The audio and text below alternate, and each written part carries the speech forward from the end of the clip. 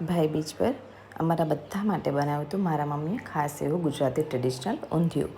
તો અવારનવાર અમે લોકો કેવું ભાઈ બીજમાં બધા ભેગા થતા હોય, એટલે આજે પણ મમ્મીએ સરસ ઊંધિયું બનાવ્યું અને મને થયું કે લાવ હું તમારી સાથે શેર કરું. મેં તો આમાં કંઈ જ કર્યું નથી, પણ બસ થોડી ઘણી હેલ્પ કરેલી.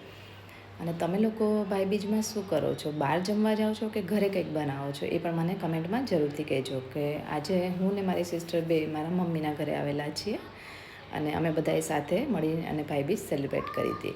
તો તમે લોકો શું કરો છો મને જરૂરથી જણાવજો.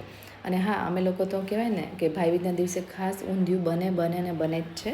તો તમારા ઘરે શું બને છે? અને તમે જો બહાર જતા હોય તો તમે ક્યાં જવાનું અને શું ખાવાનું પસંદ કરો છો એ પણ કમેન્ટમાં જરૂરથી કહેજો. તો તમારા બધાની દિવાળી કેવી ગઈ છે? મારી તો દિવાળી આ વખતે બહુ જ સરસ ગઈ છે, કારણ કે આ વખતે મેં છે ને ખાસ ભાવનગર દિવાળી સેલિબ્રેટ કરી હતી અને ભાઈ બીજમાં મમ્મીના ઘરે. તો મારે બે ઘરે જવાનું અને બહુ બધાએ જલસા કર્યા અમે લોકોએ. તો તમે લોકોએ કર્યા છે કે નહીં? અને તમે લોકો ક્યાં ક્યાં ગયા હતા એ પણ મને જરૂરથી કહેજો. પણ મને પણ ખબર પડે કે મારા વ્યુઅર્સ કઈ કઈ જગ્યાએ જાય છે દિવાળી સેલિબ્રેશન માટે. તો બને એટલું જલ્દી હું તમારી સાથે રેસીપી બનાવવાનું સ્ટાર્ટ કરીશ.